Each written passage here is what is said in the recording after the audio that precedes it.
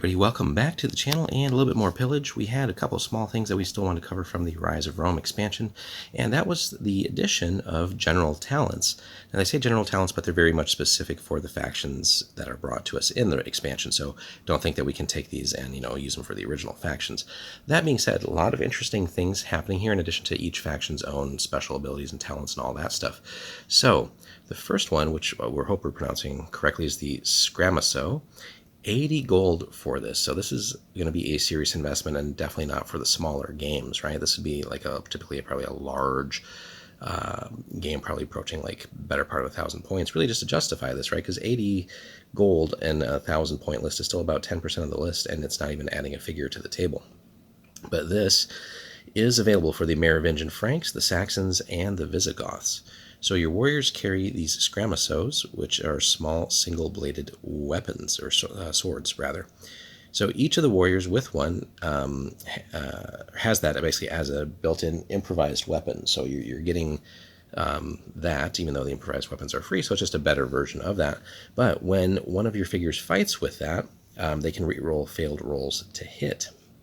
So something to consider there, and that could be a strategy of just taking, dirt cheap troops with, no other equipment, maybe just like a shield or something for like bare bones defense. But essentially you're just getting a lot of cheap figures on the table, and then from there, really just hoping that weight of numbers and weight of attacks will see you through on that. So, getting the free rerolls there without spending any other resources or anything like that is cool. But again, it's a hefty initial investment. You really got to commit to that strategy of having just a lot of improvised weapon guys, essentially. So, but in some lists where that can be affordable, that can be great, especially the lists that maybe have like very cheap costs for, again, something like a shield or basic armor. So just something to think about. But again, you're limited to those three factions, so worth playing around with.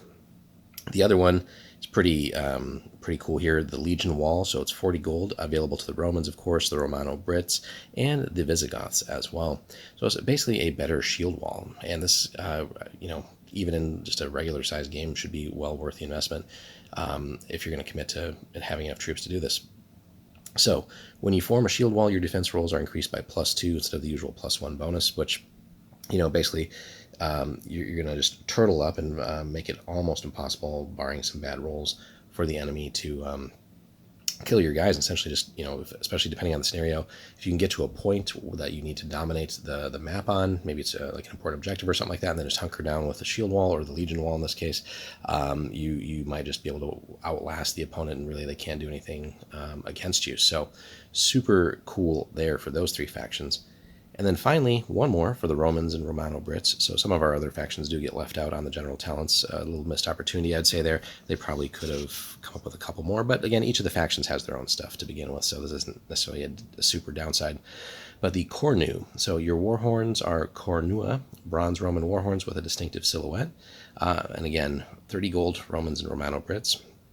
So your warhorns are replaced with Cornua. Nice picture there, which follow all the normal rules for the warhorns, but in addition, figures within 6 of a friendly one get a +1 bonus to their fleeing rolls. So all good stuff there, so nice little bubble. And then finally, all figures within 6 of the bearer move an extra +2 when fleeing. So strategically used there, if we're fleeing away, we're going to ideally be able to get further away from what's causing us the harm, but then we have just that nice bubble there, essentially, as well. So +1 to the roll, and the extra distance is going to be pretty useful there. And really for 30, not that expensive, so at least worth the consideration. So that typically would be like 1 to 2 regular figures, infantry figures with gear, just depending on what you're taking. Or maybe just more like 1 solid kitted up troop, actually. So is it worth the investment there? So you just got to figure out what you're wanting to accomplish. But again, it's very much these two lists that would do that. So where would that fit better? So if we look at what we got here, and again, we've reviewed all the factions, but of the first one there, this Scramasso, where would you strategize that best in that list? The Franks, the Saxons, or the Visigoths?